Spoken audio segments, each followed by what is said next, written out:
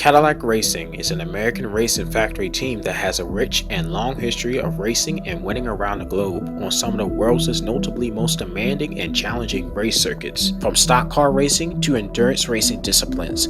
Even though NASCAR or stock car racing doesn't fit their target market, Cadillac remained primarily focused on sports car racing for decades more than anything else, and has had a lot of success winning races in numerous championships, mainly in North America, and GT racing and prototype racing. Cadillac Racing took part in the American Racing Series, a Pirelli World Challenge, American Le Mans Series, and now the IMSA WeatherTech Sports Car Championship that features long endurance races. The automaker Cadillac, owned by General Motors Company, was one of the first well-known American luxury brands, with 120 years of producing the world's finest luxury and performance cars. Cadillac also was one of the first auto companies in the world, and while the classic luxury brand has a long storied history, its racing pedigrees continue to be dominant with back-to-back victories. Besides sports car racing in America, did Cadillac ever race outside of the US at major historic events like the 24 Hours of Le Mans? Yes they have in fact. However, it's extremely rare, and the last time Cadillac raced at Le Mans was all the way back in 2002 in the prototype class. Did Cadillac ever win Le Mans? No, they never claimed a victory at Le Mans whatsoever, but Cadillac wants to win there though, and they try hard.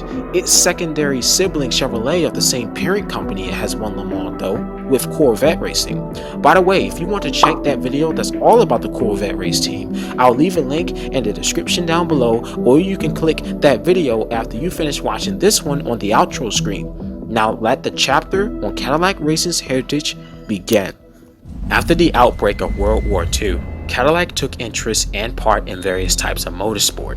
In 1949, Cadillac engineers designed and debuted the first mass-produced overhead valve V8 engine, rated at a remarkable 160 brake horsepower and featured a short stroke and lightweight construction. The result was that it weighed 200 pounds lighter than a flathead V8 it replaced. They stuffed that engine in the Cadillac Series 61 and 62 factory car, and even in the stock car race car that competed in the NASCAR Grand National Series. Racers quickly recognized the advantage of the new Cadillac powertrain and succeeded. The Cadillac stock car made history by winning the Milwaukee 100 in 1949, followed by collecting multiple podiums in 1950, 1951, and 1952, and winning a few times until it retired. Cadillac then traveled outside of the United States to Le Mans, France, the home of the 24-hour Le Mans endurance race. Briggs Cunningham, who was a race car driver, led the way and was responsible for all of this. The 1950 edition of the Le Mans race saw his pair entry of two Cadillac race cars for the first time, the Series 61 racers. The first was kept nearly factory stock with a racing engine. The second one had a rebodied and modified chassis that looked like it took inspiration from a hovercraft, a World War I tank, or some kind of aircraft merged into one. While the car was unnamed, it was nicknamed by the French crowd the Cadillac Le Monstre, which means the monster in French, stunned by its wild aerodynamic image over a stock chassis that was completely unlike that of any other post-war Cadillac. The V8 engine had been tuned to run with 5 carburetors to last the entire race while still complying with race regulations. It rumbled around the corners and down the Mulsanne Straight with robust V8 thunder, hitting 130 mph on straightaways. The Caddy team managed to survive the whole race as they hoped, with incidents but no reliability issues, hammering around Le Mans for 24 hours straight, and finished the race overall with 2 Cadillacs that placed 10th and 11th on the grid. Although both Cadillacs were far from the podium, they finished top 10, at least one of them. They managed to complete the race and met their achievements. The crowd cheered the American team for their efforts, and the Le Monstre didn't even have to win to become a legend. It was the modified bodywork that took advantage of the rules that it had to run the stock chassis. In the late 1990s, Cadillac was interested in competing in the new American Le Mans Series, a sports car racing series based in North America before IMSA took over. They intended to build a Le Mans prototype machine for the first time for teams to race it in the American Le Mans Series, as well as an attempt to return Cadillac to Le Mans 50 years after they first entered in 1950. The LMP project was named the Cadillac Northstar Lmp, which was named after the Northstar V8 engines which powered the cars. GM turned over to Riley and Scott Engineering to develop a bespoke carbon fiber monocoque chassis, as well as feature design elements such as the functional egg crate grille on the nose and the addition of large side scoops to feed the turbochargers. The Northstar LMP had a 4-liter twin-turbo V8 engine producing 575 brake horsepower at 7,200 RPM to the back wheels. The 2001 and 2002 LMP models raised to 600 horses at 7,500 RPM with lots of enhancements. For Cadillac's debut in 2000, GM employed the use of two teams in an attempt to maximize their rehearsal for Le Mans, with Riley and Scott to run Team Cadillac in the American Le Mans Series, while Team Dams of France run a customer team in the European Sports Car Series. Team Cadillac debuted their two LMP cars at the 2000 Rolex 24 Daytona, and their cars performed and did very well, taking second and third place in qualifying. During the race, the cars ran on pace and then went through issues as one car suffered a gearbox failure in the closing moments of the race. Both cars were classified as finishers, taking 13th and 14th places. This was followed by the 12 Hours of Sebring in the American Le Mans Series, which saw the Cadillac entries and were able to finish the race and take 6th position. The Cadillac LMPs competed in the LMP 900 class in the American Le Mans Series with the likes of the Audi R8, Panos LMP, etc. Team Cadillac did finish the 2000 American Le Mans Series season. However, their first season was a learning curve and they were unsuccessful at Le Mans. They then developed the Northstar LMP-01 to replace the initial LMP, which launched for the 2001 season and adopts a more angular design, yet shared most of its mechanical parts with the older model. It was even more successful in racing than the prior year and raced the entire season. It finished 4th place in 3 races: American Le Mans Series Petite Le Mans, Laguna Seca, and Canadian Tire Motorsport Park, and finished P15 at Le Mans in 2001. In 2002, Cadillac launched the Northstar LMP-02 as the final iteration of the Northstar LMP series with a major redesign, an aerodynamic new chassis, and an efficient and reliable powertrain. The high nose directs airflow under the car that requires a flat bottom between the front and rear wheels.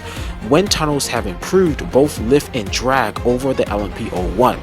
The LMP-02 was the most successful Caddy prototype in the American Le Mans Series.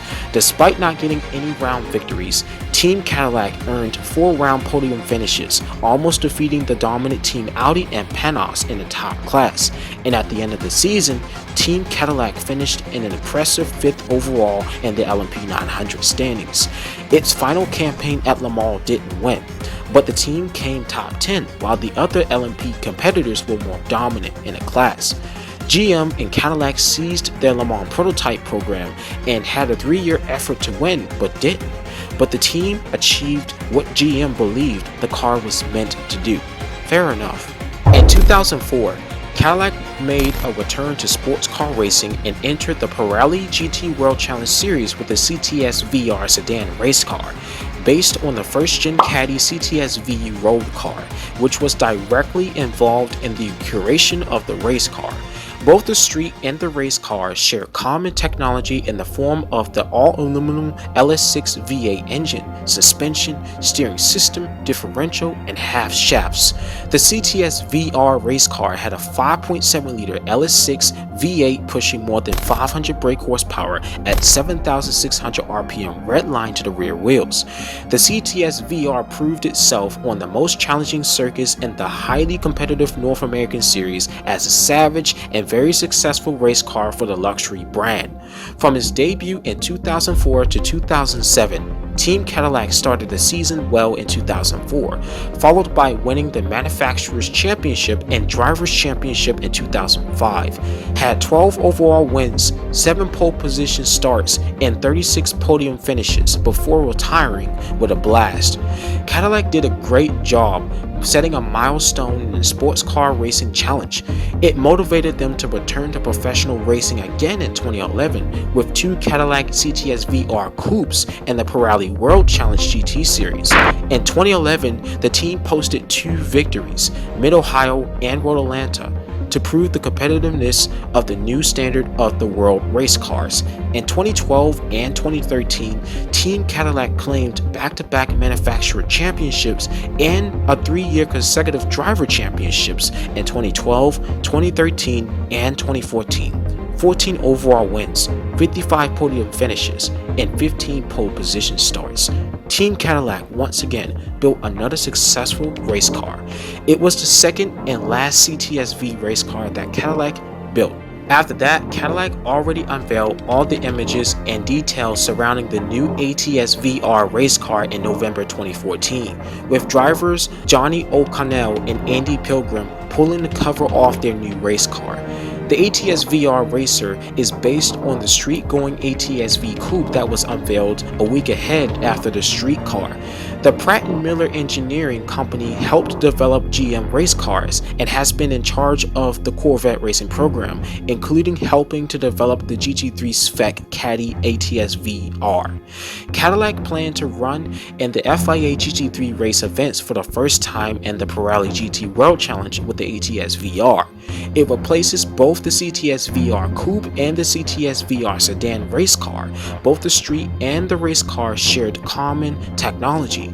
Unlike its predecessors, which were V8 powered, this beast was powered by a lightweight twin-turbocharged V6 derived from the street car, specifically a 3.6-liter LF4 twin-turbo V6 with specific technical upgrades for racing that made a whopping 600 horses and 520 pound-feet of torque to the back wheels, combined with a 6-speed sequential pedal shifting gearbox.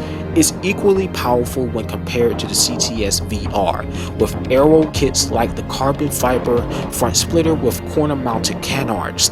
A full under tray directs air beneath the car to the rear diffuser, giving more downforce effect on a car.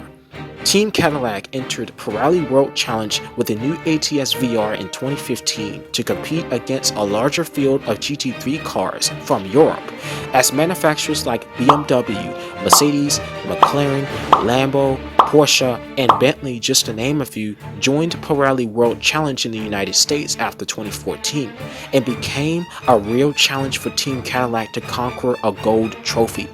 The ATS V.R kept pace with the pack of GT cars and showed its raw power in the GT and Sprint X GT classes. It won the 2015 Drivers' Championship and the 2017 Sprint X Drivers' Championship, with 7 overall wins, 30 podium finishes, and a few pole positions. The ATS V.R may haven't been as dominant as the first 2 CTS V.Rs, but proven competent by professional race drivers like O'Connell, Pilgrim, Ricky and Jordan Taylor, etc. When Cadillac left the Pirelli World Challenge Series with a bang in 2017, they had 5 manufacturer win titles, 7 drivers win titles, 33 total wins, 121 podium finishes, and 25 pole positions.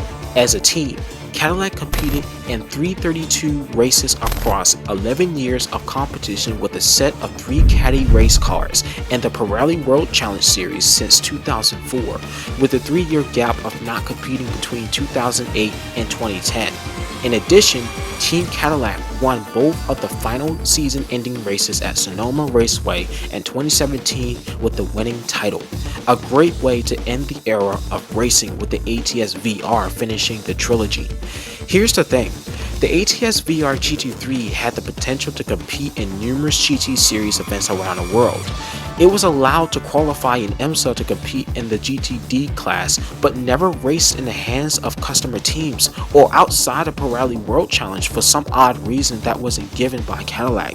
Do anybody know why the ATS V.R GT3 didn't compete outside of PWC? Let me know in the comments down below.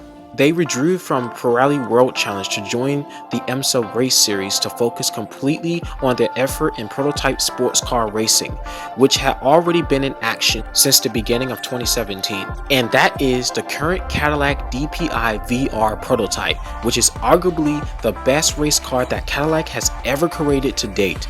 It's the pinnacle of Cadillac Racing and has claimed multiple IMSA sports car championship titles and is soon to be retired this year. Until then, it's still going strong. The DPi V.R was in development back in 2016 while Cadillac was still engaged in Pirelli World Challenge to prepare for competition in 2017. The Caddy DPi marked Cadillac's return to prototype sports car racing since the Northstar Lmp prototype from the early 2000s, built to compete in the IMSA's new DPi class at the time. No, it's not a Le Mans prototype and only raced in North America. However, the DPi V.R uses a Cadillac LMP2 chassis, and Cadillac worked on the aerodynamics and bodywork to identify their trademark. A closed-top design using elements from the CTS V Super Sedan and other Caddy V models. The design details of the DPi V.R surely screams Cadillac, with V Performance wheels, vertical light elements, bold body side line, V Performance emblems, etc.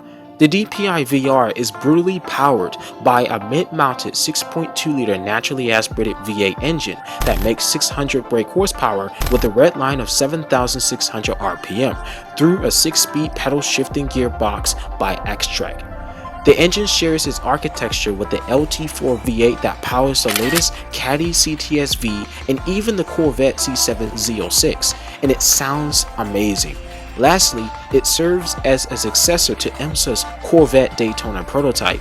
The DPi V.R made its first racing debut at the 2017 Rolex 24 of Daytona and took a 1-2 finish in its first ever competition by Wayne Taylor Racing, followed by a 1-3 victory at Sebring. Cadillac is a 4-time champion at Rolex 24 Daytona and the Michelin Endurance Cup in 2017, 2018, 2019, and 2020. They won every major race at Daytona, Sebring, Watkins Glen, and Road Atlanta in those 4 years. They won the IMSA sports car title in 2017, 2018, and 2021. Cadillac didn't win Daytona in 2021, but they did win Sebring and dominated the championship at the hands of the Willen Engineering Racing team. So far in 2022, Cadillac Racing had a fairly tough early season while they're still fighting to win the IMSA championship before the DPi V.R retires. They won 3 rounds this season and earned several podiums, and the big final race will be held at Road Atlanta Petit Le Mans this October. Hopefully, the team wins that final race and the overall championship again, and I can only predict that they will. The DPi V.R is the most dominant DPi race car in the class, crushing Acura and Mazda DPIs. So far in IMSA, Cadillac has 28 race wins, 85 podium finishes, 22 pole positions, and counting. Cadillac had once again made a great history in endurance racing since the early 2000s. Aside from the DPi V.R longevity success, it will always be looked back on as an incredible race machine that made a great impact on the American luxury brand. Farewell Cadillac DPi, you will be missed but not forgotten. Now it's time to say hello to its inheritor. Some few months back, Cadillac unveiled the new LMDh prototype race car that will campaign in IMSA where the DPi left off. It is designed to race in IMSA's all-new LMDh class that will begin on January 2023, with a more extreme design than ever before. This beast glares like an extreme DPi on steroids and looks so fierce at every angle. Features vertical lights and floating blades mimicking the brand. Cadillac confirms this car will use a 5.5-liter dual overhead camshaft V8 hybrid engine making 600 plus horsepower, and the project was co-developed by Cadillac Design and Dallara. Yet Cadillac hasn't even given this race car a name at the moment, but we can expect it is likely to be called the LMDh VR. It has done a lot of testing this summer on the track and already sounds bonkers and hasn't even raced yet. The good news is Cadillac will have their factory team race the car in IMSA and the FIA World Endurance Championship for the first time next year, which marks their comeback to Le Mans after a 20-year hiatus, in addition to racing all around the globe and outside of the US for once against multiple hypercar class competitors. Seriously, the hype is real. I know Cadillac wants to win the prestigious Le Mans race for years, since 1950. Will Cadillac ever dominate Le Mans with their new hypercar racer, just like its secondary sibling Chevrolet dominated with the Corvette? The best answer would be that they have a chance, but will be a very tough achievement to master, because let's be honest, any big manufacturer that competes wants to win Le Mans, right? If Cadillac can win the Rolex 24 of Daytona, they can definitely win Le Mans. So have your fingers crossed and wait and see, folks. That's it for this video about the Cadillac racing history for now. I hope you all did enjoy this video. If you did, do not forget to subscribe to my YouTube channel and hit the like button for some more upcoming car videos. And like I say, every video I put out for all of you, you are more than happy to give me any car suggestions in the comments down below, and I did not forget, I'm taking my time. What is your favorite Cadillac race car that GM produced? Enjoy the car sounds and adjust your headphone volume for headphone users. Peace out, stay safe, Chris the Radar, out.